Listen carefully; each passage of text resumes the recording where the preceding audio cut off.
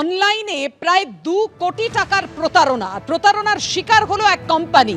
আপনাদের জানিয়ে রাখি 1.5 কোটি ফিরিয়ে দিল কলকাতা পুলিশ। অনলাইনে 1,97,00,000 টাকার ক্যামেরা কিনতে গিয়ে প্রতারণার শিকার এক কোম্পানি। সাইবার ক্রাইম ব্রাঞ্চের তৎপরতায় উদ্ধার 1,55,00,000 টাকা। দ্রুত বাকি টাকা উদ্ধার করা হবে আশ্বাস লালবাজারের। বিস্তারিত জানাবেন আমাদের প্রতিনিধি ময়ূক ঠাকুর চক্রবর্তী। ময়ূক, আমরা কদিন আগেই দেখেছি বিধাননগর কমিশনারেটের তরফ থেকে যারা সাইবার প্রতারণার শিকার হয়েছিলেন তাদের একাংশকে টাকা ফেরত দেওয়া হয়েছিল।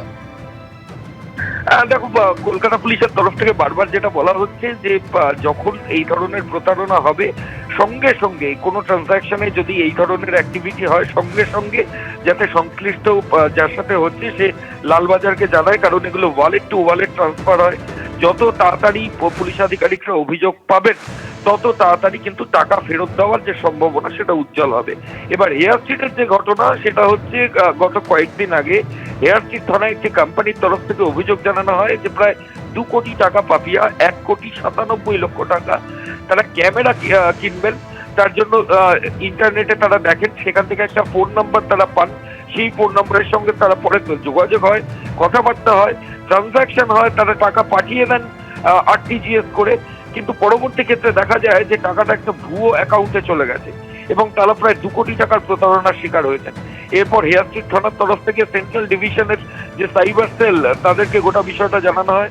সাইবার সেল বিভিন্ন সূত্র ধরে ইনভেস্টিগেশন করে দেখেন যে ভারতবর্ষের বিভিন্ন জায়গায় টাকা ট্রানজাকশন হয়েছে।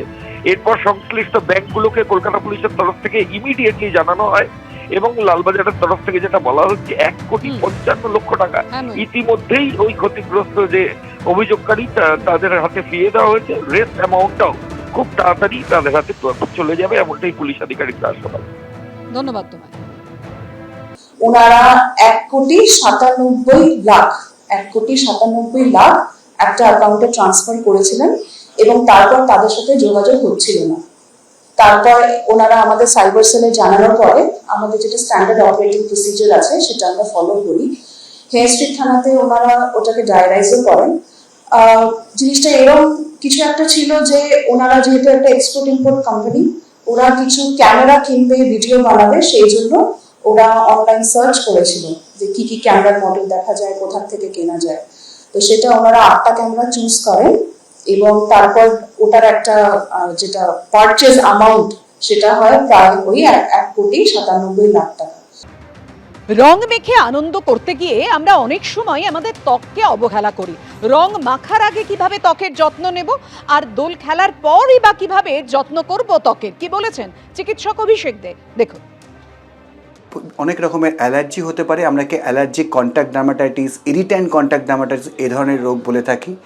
এইগুলো কিন্তু ক্ষতিকর কেমিক্যাল রং থেকে বেশি দেখা যায়। শুধু ত্বকই না, অনেক সময় দেখা যায় যে নেইলে আমাদের যে নখের চারপাশে যে চামড়া সেখান থেকে নখের মধ্যে অনেক রকমের রোগ হয়ে যায়, ইনফেকশন হয়ে যায়। তাকে আমরা বেসিক্যালি বলি যে প্যারোনাইকিয়া। এরপরে অনেকক্ষণ জলে বা ভেজা থাকার জন্য বা অনেকক্ষণ গরমের মধ্যে থাকার জন্য যেটা দেখতে পাওয়া যায় কিছু ইনফেকশনস হয়, যেগুলো কখনো ফলিকুলাইটিস, কখনো টিনিয়া কর্পোরিস এই ধরনের রোগ নিয়েও প্রচুর পরিমাণে আসে। আসার পর আপনি কি করছেন?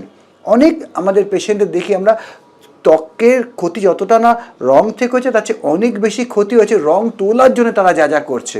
কখনো সেটা খুব বেশি পরিমাণে সাবান ব্যবহার করা, 8 বার 10 বার 15 বার সাবান ব্যবহার করছে, অথবা কখনো কেরোসিন তেল বা অনেক রকম কেমিক্যাল ধরনের জিনিস দিয়ে রং তোলার চেষ্টা করছে।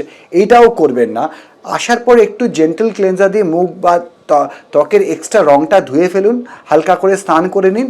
বারবার করে সাবানের ব্যবহার করবেন না, ব্যবহার করলে একটু ময়শ্চারাইজিং সোপ ইউজ করবেন এবং তারপর থেকে কামিং 5-7 দিনে ময়শ্চারাইজার সানস্ক্রিন রেগুলারলি ব্যবহার করবেন।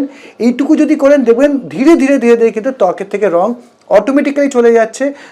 রঙের থেকে অনেক সময় বেশি ক্ষতি কিন্তু রং তোলার সামগ্রীর জন্য হয়।